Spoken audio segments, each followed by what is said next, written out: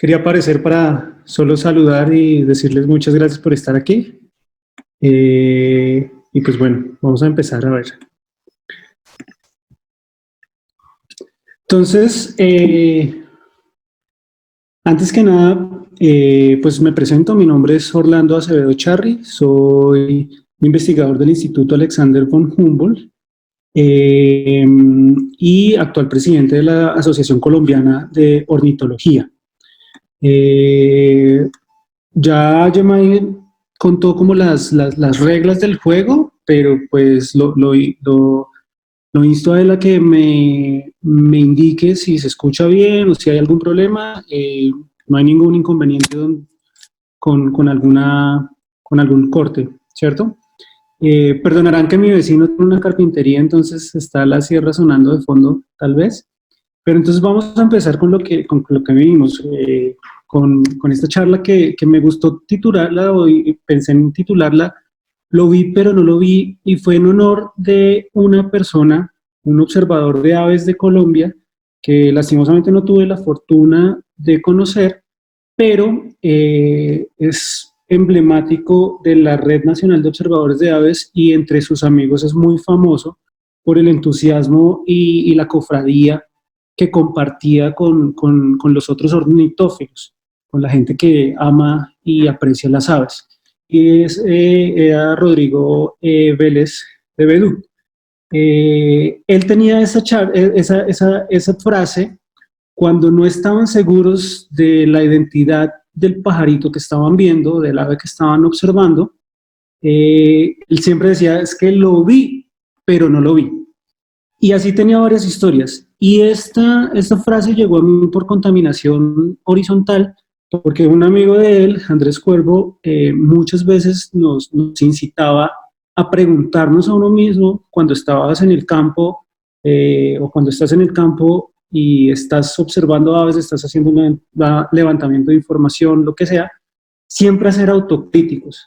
Y por eso cuando Gemay me escribió desde el Laboratorio de Aves Urbanas que si podía o que quería compartir algo con la audiencia que lo sigue, pues dije, hombre, pues sería súper chévere hablar sobre esa documentación multimedia, cómo nos puede apoyar esa autopregunta que todos como observadores de aves o como testigos de la biodiversidad que estamos viendo, que estamos registrando, tenemos que ser como autocríticos. Entonces, más información de esto lo pueden encontrar en el artículo del Boletín SAO de Luis Germán Naranjo, que es una lectura muy interesante. Entonces, la biodiversidad le llama la atención de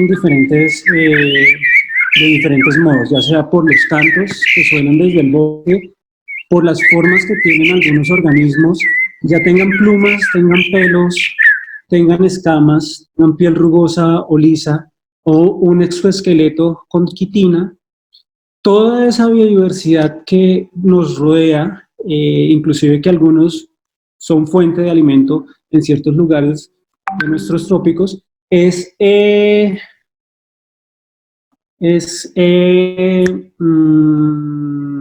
bueno, pues llama la atención de cada uno de nosotros y debe importarnos. Entonces, cada organismo en la naturaleza puede ser una fuente de estudio, una fuente de contemplación desde diferentes instancias. Entonces hay gente que, como yo, dedicó su vida o quiso dedicar su vida a estudiar estos organismos. Y remontándonos en la historia, esto viene desde la época victoriana, más propiamente establecido, cuando viajeros muy famosos ahora se embarcaban y empezaban a recorrer nuevos mundos para describirlos. Viajeros tan famosos como Charles Darwin, como Alfred Russel Wallace, como Richard Spruce o como John Bates. Ellos venían y encontraban un mundo abierto al descubrimiento de cosas nuevas. Y así enmarcaron mucho el trabajo que hoy en día seguimos haciendo muchos biólogos, es describir y tratar de entender nuestro entorno y nuestra naturaleza. Pero entonces, pueden existir diferentes ramas y desde esa época se empezaron a dividir las ramas del conocimiento de una forma muchas veces incluso excluyente. Digamos que yo le digo a un artista que plasme en una de sus obras aves y árbol. Entonces el artista podría tal vez representar algo así. Pero yo le pregunto también a un biólogo evolutivo sobre aves y árbol y me puede plantear algo así. Y ambas representaciones de un árbol con aves son bien vistas desde las diferentes ramas del conocimiento. La pregunta es cómo empezamos a unificar esas ramas, cómo podemos hablar y saltar entre las ramas. Y uso las aves como ejemplo porque es lo que yo estudio, pero también porque es uno de los organismos que mejor le llega a diferentes públicos. Entonces, existe una parte de la ornitología popular, una parte que llamaríamos la pajarería, de gente que es apasionada por observar aves, pero no tiene una profesión enmarcada dentro de eso, y una ornitología tradicional que sería ya la gente que, como científico, desde un punto de vista, ve a las aves como el objeto de estudio, y no es excluyente que estos dos tipos de ornitología se enmarquen dentro de la ornitofilia o la gente que le gustan los pájaros por diferentes aspectos. Y esto no es nuevo. Esta persona que ven ustedes ahí en la diapositiva es Frank Chapman. Frank Chapman fue el curador de la colección de aves del Museo Americano de Historia Natural a principios del siglo XX.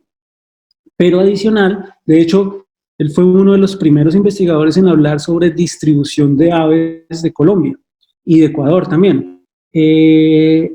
Pero adicional a su profesión como ornitólogo científico tradicional y puro, él también era un apasionado observador de aves y un entusiasta de que la observación de aves le llegara a muchos públicos. Entonces, este fue uno de los ejemplos de que desde la ciencia uno puede empezar a hablar desde de vincular diferentes puntos de su sociedad a amar eso que nosotros usamos como método de estudio o como objeto de estudio, perdón. Imagínense que en esta gráfica se están mostrando los tres vertebrados principales terrestres, aves, mamíferos y anfibios. Y estamos viendo diferentes gráficos de calor, es decir, los puntos más rojos y significan mayor número de especies. En cuanto a riqueza total, o sea, número de especies total a lo largo del planeta, número de especies amenazadas, el segundo panel, y especies con rango restringido o rango pequeño. Entonces, ahí es donde salta a ver la importancia de los trópicos en cuanto a riqueza de especies, número de amenazadas y número de especies con rango restringido. Y si lo extrapolamos a nuestro país, a Colombia, uno podría también ver, en esta gráfica también podemos ver, entre más cálido el color, más número de especies se han reportado dentro del país. Entonces, imagínense la felicidad de una persona que quiere dedicar su vida a explorar ese territorio y conocer sus aves. Entonces, siempre bien recibido por la comunidad en el campo y puede empezar a compartir el conocimiento que tiene y aprender de la gente. Entonces uno sale al campo, empieza a conocer mucha gente pues maravillosa de los campos colombianos y sin lugar a duda, y es uno de los pequeños mensajes que le quiero decir a los biólogos en formación que están ahí en el grupo de la Unidad Quindío, que hagas lo que hagas, siempre estás impactando de unas formas que tú ni siquiera te alcanzas a imaginar la vida de otras personas. Cuando uno llega a campo, cuando sale de su burbuja y empieza a compartir lo que tiene, empieza a cambiarle la vida a la gente que lo recibe. Y uno mismo va cambiando de vida. Entonces, a lo que vinimos. Eso es lo que se dedica un biólogo, ¿cierto? Entonces empieza a intentar describir esa biodiversidad que lo rodea. ¿Cómo podría entrar la multimedia a apoyar ese tipo de registros? Entonces, primero, pues hay una biodiversidad que nos habla en diferentes estados.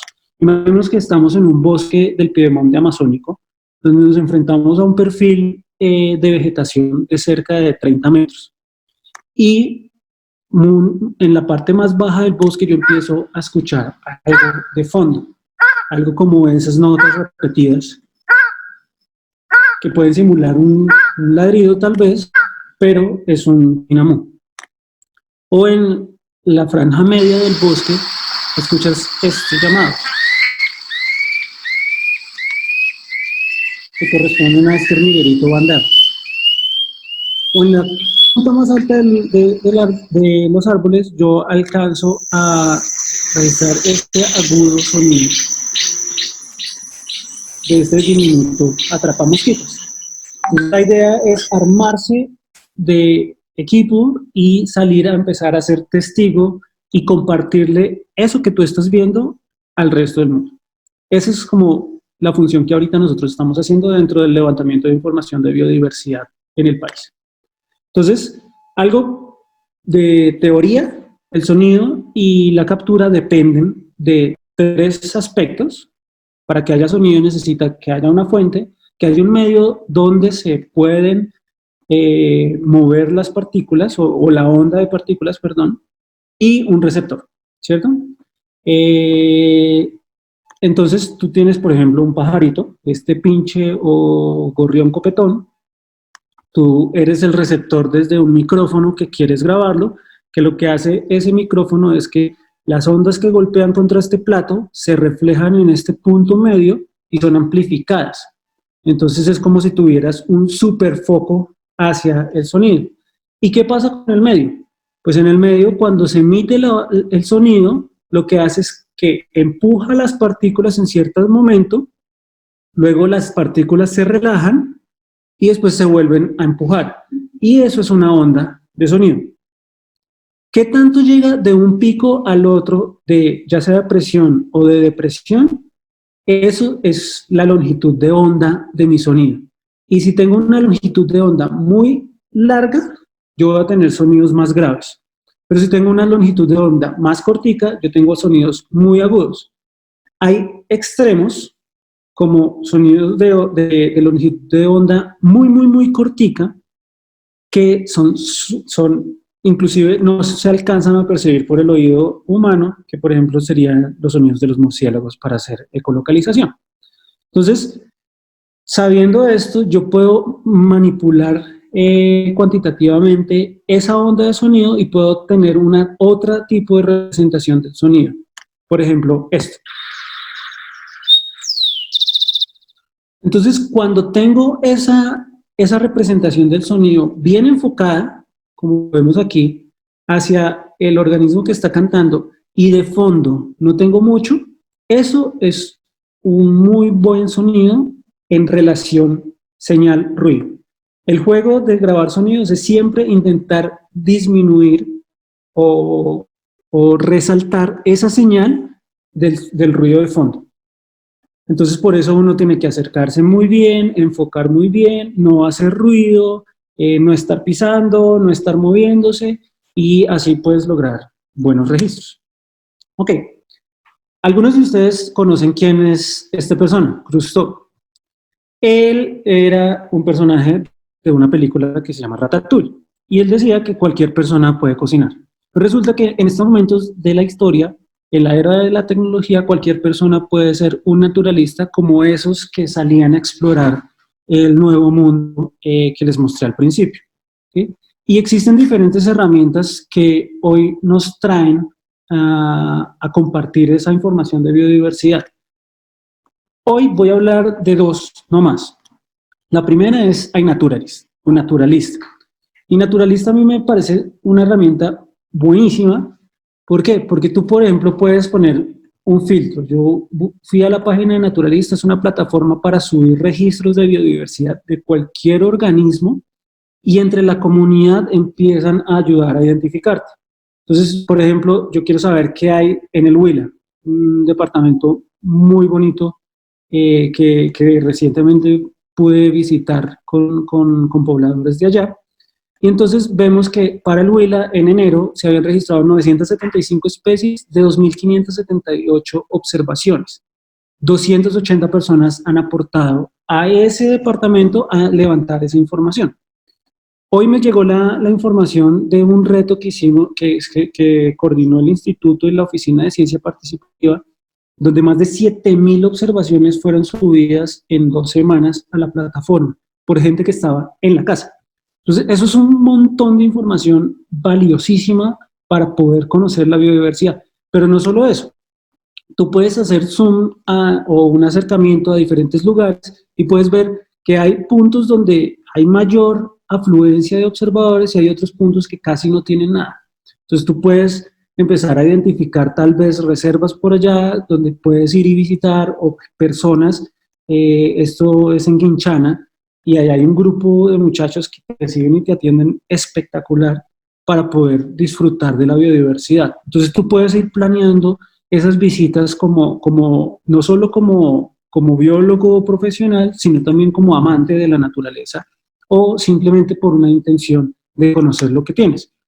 Pero también puedes hacer filtros y buscar, por ejemplo, si yo quiero aprender de aves, en Colombia puedo poner acá Colombia y acá aves, y me salen las aves que la gente ha ayudado a identificar, y entonces me puede servir como herramienta de estudio para poder conocer la biodiversidad que te rodea. Entonces eso está brutal. Y si en el camino uno hace registros interesantes y está apoyando el desarrollo de la ciencia, pues es un gana-gana. Entonces, por ejemplo, este organismo para algunos de los oyentes puede despertar diferentes sentimientos. Un sentimiento de ternura, tal vez si tú no vives en el campo y no tienes gallinas, pero un sentimiento de odio tal vez si tú tienes gallinas y sabes que esto es una comadreja que se come las gallinas. Pero esos diferentes comentarios y sentimientos que puede despertar en la literatura este organismo era, por ejemplo, el carnívoro más raro de Sudamérica, o que se conocía solo de 5 localidades en el histórico. Es la comadreja colombiana, Mustela felipe, y este registro fue tomado en el baño de una estación biológica en Farallones de Cali, en el Valle del Cauca. Y de hecho, con este registro montado a la plataforma de iNaturalis, se pudo reevaluar la distribución de la especie y esa representatividad que tenían en áreas protegidas los registros de esta especie que no se conocía nada. Entonces, con ese diferente, así hay muchísimos ejemplos, por ejemplo, especies nuevas que se describen gracias a que los observadores de iNaturalis están subiendo esos registros a la plataforma y están poniéndose en contacto con expertos a nivel mundial. Esto es una cosa a nivel mundial. Y les traigo un ejemplo desde Bogotá que me pareció fabuloso y encantador, y es el proyecto de biodiversidad del Gran Chicó. Ustedes ahorita cuando terminen la presentación pueden ir a iNaturalis y buscarlo. Tal vez los números habrán cambiado, me imagino, porque esto pues como les dije es como de enero. Pero entonces cuando tú generas un proyecto, cuando tú quieres concentrar las observaciones de alguna pregunta que tenga que ver con biodiversidad y con registros biológicos, tú puedes hacerlo desde la plataforma. Y entonces este ejemplo es muy bonito, es la biodiversidad cuenca de alta del Gran Chicó. En su momento tenía 624 observaciones, 271 especies, 81 identificadores, 21 observadores, y te va ordenando las observaciones más recientes, por quién la hizo, pero también te genera como un ranqueo, un top de las personas que más han aportado observaciones, los que más han aportado especies y las especies que más se observan dentro de tu proyecto. Entonces esto puede ser una herramienta fundamental y de hecho ahorita la están implementando en el proyecto de jardines botánicos del Alto Ricaurte y otras iniciativas de ciencia ciudadana donde se quiere vincular a la comunidad a que genere su propia información de biodiversidad. Entonces, por ejemplo, si tú eres una persona que está aprendiendo y quieres aprender más sobre esa biodiversidad, pues puedes ir a las estadísticas y darle clic acá en esta banda verde, en los registros que tienen grado de investigación. Eso quiere decir que más de 3 personas dentro de la plataforma han estado de acuerdo con esa identidad que se le ha dado. o si tú eres un experto y quieres ayudarle a esta comunidad a identificar lo que tiene dentro de su proyecto, tú puedes darle clic acá en necesita identificación y ayudar a identificarlo, ¿cierto? Entonces, esto pues está como para diferentes públicos. Tú puedes generar un polígono donde todos los registros que se encuentren dentro del polígono se van a ir acumulando dentro del proyecto, entonces tú tienes un inventario controlado de la información de biodiversidad de tus sitios. Y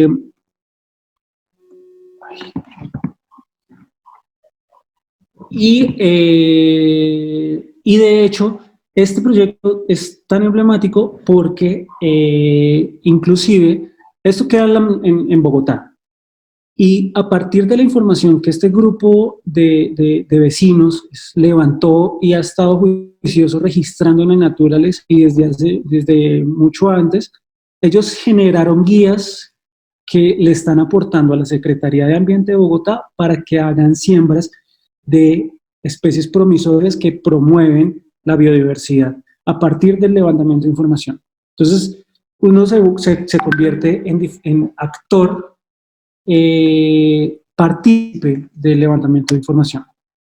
La siguiente plataforma es más para observadores de aves, se llama eBird, y cuando uno menciona eBird puede tener diferentes comentarios, ¿sí?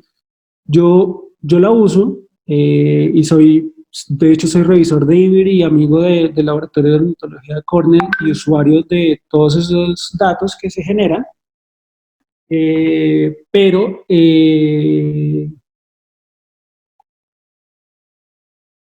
pero mucha gente puede decir que es un monstruo feo y malo que se va a apoderar de sus observaciones, o inclusive eso desde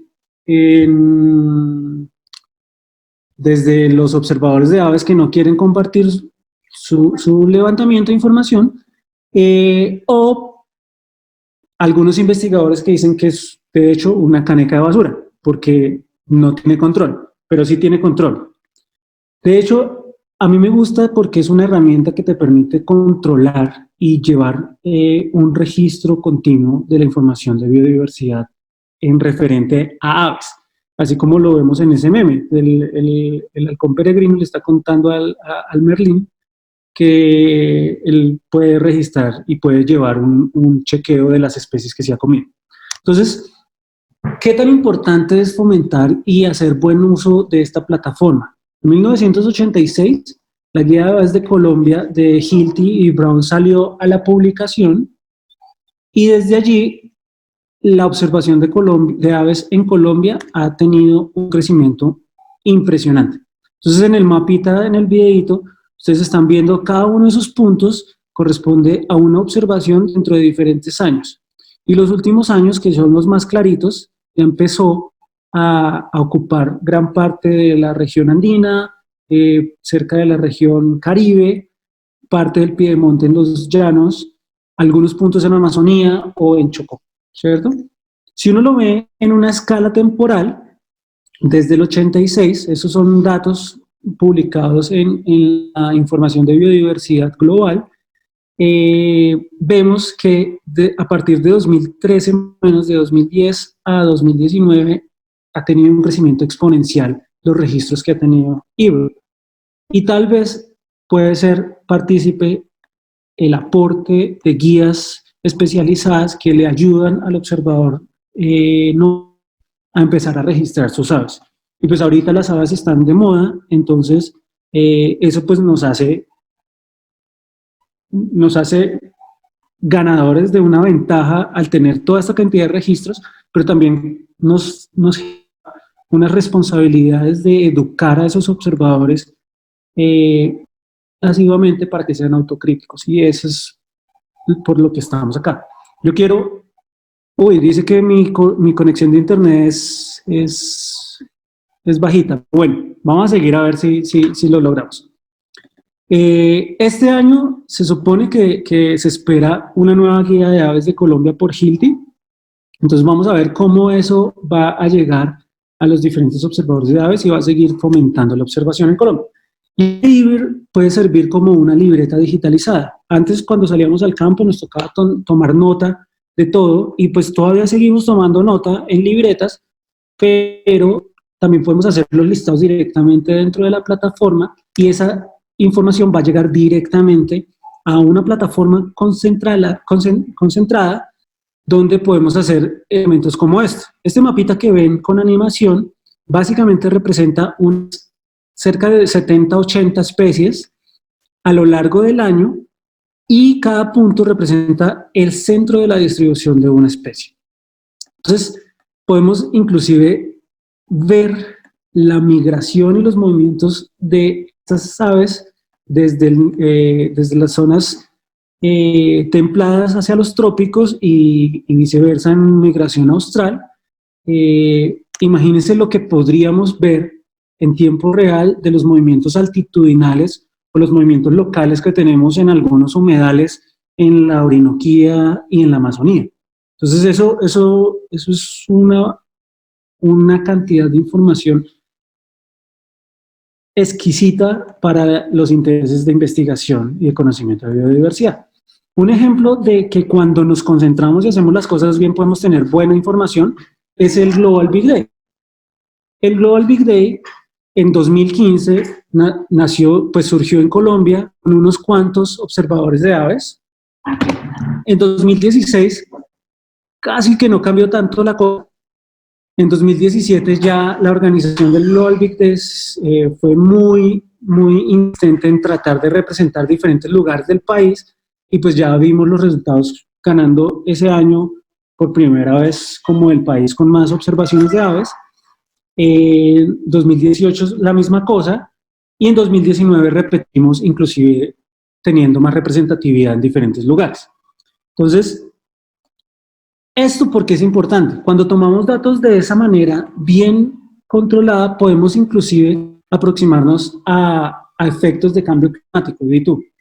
En esta figura que ustedes ven es un artículo de 2015, donde a la izquierda se ve las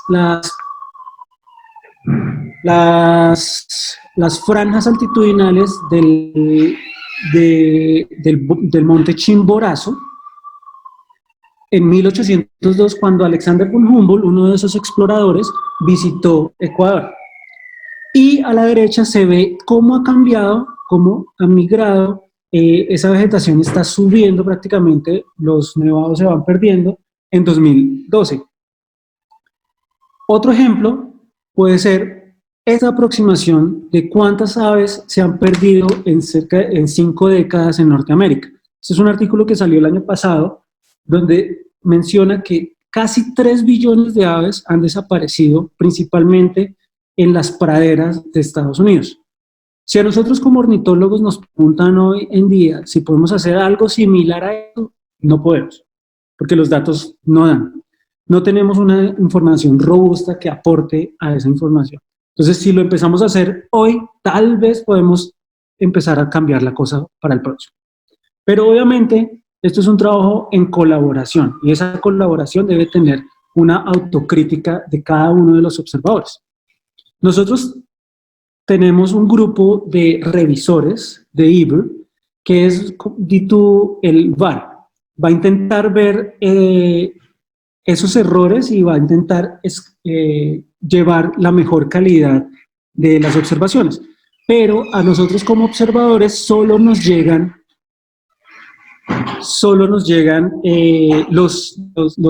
las banderas de alerta cuando ocurre algo sospechoso. Y ahorita pues vamos a ver un ejemplo. Si ustedes son autocríticos y empiezan a usar las herramientas muy bien, pues estas poquitas personas, unas 12 personas más o menos, somos los que estamos revisando esas observaciones que ustedes vieron el crecimiento exponencial que han tenido en los últimos años. Entonces, y pues hay que decirlo, unos más que otros revisan. Entonces, pues imagínense el déficit de trabajo que tenemos para hacer esa revisión. Tenemos que todos preguntarnos si lo vi o no lo vi. Y usar bien las herramientas. Vamos a poner un ejemplo. Y he tapado el nombre del observador para no entrar en problemas. Pero este observador reporta en una localidad llamada Antioquia y que sale para el departamento del Meta en Colombia, 27 especies dentro de 3 minutos. Sí, tal vez. Pero cuando yo busco el punto, le doy clic al mapita aquí, la localidad me sale en toda la mitad del país, allí en el meta, efectivamente. Esto puede ocurrir cuando yo subo mis datos desde algún teléfono celular y el teléfono no calibra la localidad donde yo estoy observando. Entonces, como yo tengo configurado mi Iber, y espero que todos los usuarios de Iber tengan configurado su plataforma para Iber Colombia, pues él pone un punto en la mitad de Colombia mientras el observador corrige esa localidad. Entonces, por ejemplo, él empezó a reportar estas dos especies, Trogonchionurus y Momotus ecuatoriales. Entonces, y el comentario, pues obviamente cuando puso esto en la plataforma le dijo, esas son especies muy raras para el lugar donde estás reportando la especie. Entonces él, en vez de preguntarse si calibró bien el GPS o aprovechar este espacio para decir, yo creo que es Trogonchionurus porque tiene la cola blanca, porque o Momotus ecuatorialis porque el tamaño es mucho más grande, es un verde mucho más profundo, no tiene casi amarillito, y describir el ave que está viendo, él pone, es muy común por acá o es común por acá. Entonces, volviendo a los reportes que existen en Iber, estos son los mapas de distribución o los puntos donde se ha registrado Trogonchionurus y Momotus ecuatoriales. La verdad, a mí no me parece que sea muy común en el centro del meta. Entonces, lo que pasó fue que el observador no calibró bien esa localidad. Entonces, ese es como un llamado de atención a que estemos pendientes de lo que queremos aportar. Son unas buenas herramientas, pero son mejores herramientas si las aprendemos a usar bien y si confirmamos todo lo que estamos viendo. Otra cosa puede ser, inclusive cuando no surgen esas alertas y se filtran los registros, pues pueden ocurrir diferentes cosas. Este es un ejemplo bonito. Y entonces, si el observador no hubiera tomado estas buenas fotos, él estaba observando aves en Leticia, cerca de Leticia, en Amazonas, y cuando empieza a describir el ave, tiene muslos rufos, tiene una cola bandeada, tiene el pecho gris, entonces uno puede decir es el Accipiter bicolor, que es muy común en los bosques tropicales de toda Sudamérica, ¿sí? Pero de pronto un revisor de Brasil o le preguntó a alguien de Brasil o es un observador de aves de Brasil que vino, dijo no, eso a mí se me parece más a Accipiter striatus, el que yo conozco que tiene también esos muslitos rufos.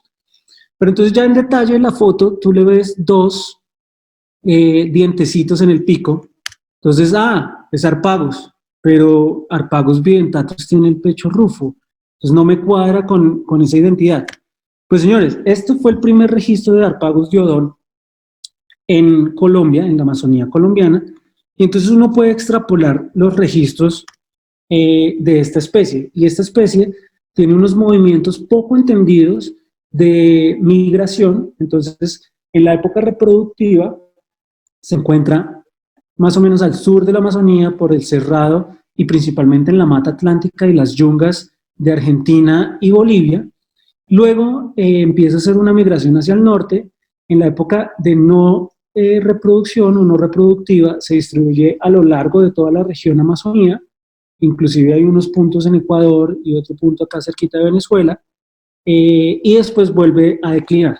Cuando ponemos estos registros sobre el largo de los meses y vemos ese movimiento, podemos comparar los registros que son documentados de especímenes o fotos o audios y los registros no documentados.